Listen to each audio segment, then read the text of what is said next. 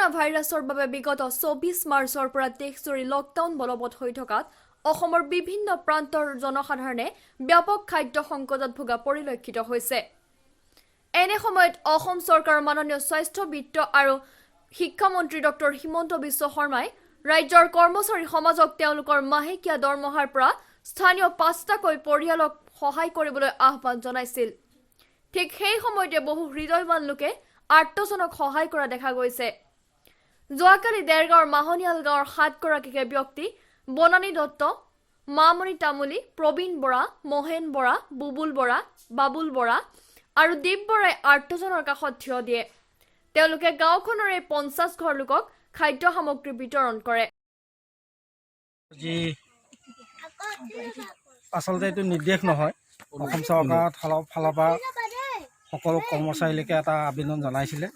সেই আবেদনৰ ভিত্তিতে আজি জলকানী গাঁৱৰ কেইবাগৰাকীও কৰ্মচাৰী আৰু কেইবাগৰাকীও ৰিটায়াৰ্ড ব্যক্তিয়ে এই অঞ্চলৰ দৰিদ্ৰ পৰিয়ালসকলক সামান্য এটি সাহায্য আগবঢ়াবলৈ যিটো প্ৰয়াস লৈছে সঁচাকৈ প্ৰশংসনীয়।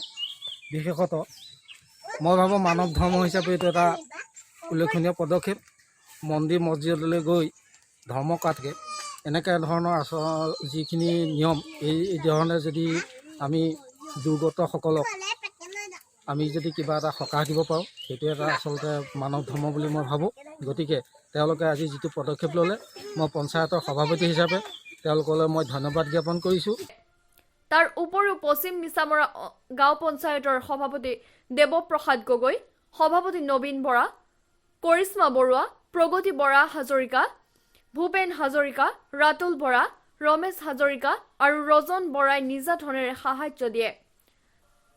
তেওঁলোকেও বৰ্তিকা বনোৱা বস্তিৰ 45 ঘৰ দৰিদ্ৰ লোকক সাহায্য প্ৰদান কৰে।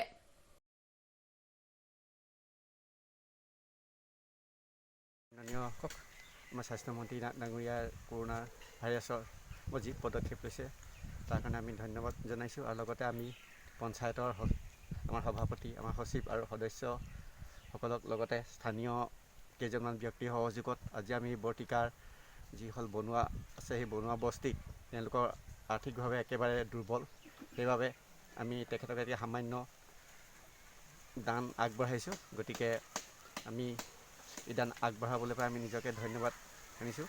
গতিকে ৰাইজলৈ এটি আহ্বান জনাইছোঁ যে ঘৰত থাকক, সুস্থ হৈ থাকক। ধন্যবাদ। বৰ্তমান কৰোনা ভাইৰাছে বিশ্বত যি আতংক সৃষ্টি কৰিলে, সমগ্ৰ দেশতে যেতিয়া লকডাউন হৈছে, স্বাস্থ্যমন্ত্ৰী মহোদয়ৰ যিটো আমাৰ সৰ্বসাধাৰণ ৰাইজৰ প্ৰতি যিটো আহ্বান, সেই আহ্বানক আমি সন্মান জনাই আমি আজি পশ্চিম মিছামৰা গাঁও পঞ্চায়তৰ মই সভাপতি শ্ৰী নবীন বৰা, আমাৰ সচিব চৰ্দাৰ দেৱপ্ৰসাদ গগৈ ডাঙৰীয়া, 4 নং ৱাৰ্ডৰ ৱাৰ্ড সদস্যা কৰিশ্মা বৰুৱা, 1 নং ৱাৰ্ডৰ চৰ্দাৰ ভূপেন হাজৰিকা আৰু আমাৰ 3 নং ৱাৰ্ডৰ প্ৰগতি বৰা হাজৰিকা আৰু 2 নং ৱাৰ্ডৰ ৰাতুল হাজৰিকা আৰু স্থানীয় ব্যক্তি প্ৰাক্তন শিক্ষক ৰমেশ হাজৰিকা আৰু স্থানীয় ব্যক্তি ৰজন বৰা। আমি এইকেইজনৰ প্ৰচেষ্টাত আমাৰ যিখিনি বৰ্তিকাত যিখন বনোৱা গাঁও, এই বনোৱা গাঁওখনত সকলোখিনি মানুহে দিন হাজিৰা কৰি খায়। তেখেতসকলক আমি এতিয়া সামান্য সকাহ দিবৰ কাৰণে আমি কিজনে উদ্যোগ লৈ আজি আমি তেওঁলোকক এই যিটো আৰ্থিক সাহায্য দিবলৈ পাইছোঁ, আমি সঁচাকৈ নথৈ আনন্দিত হৈছোঁ। অনাগত দিনত আমি ৰাইজৰ কাষত আছোঁ। স্বাস্থ্যমন্ত্ৰী মহোদয়ৰ যি আহ্বান, সেই আহ্বানক আমি শ্ৰদ্ধা কৰোঁ। দেৰগাঁৱৰ পৰা গৌতম বৰাৰ ৰিপৰ্ট, হেডলাইন্স দেৰগাঁও।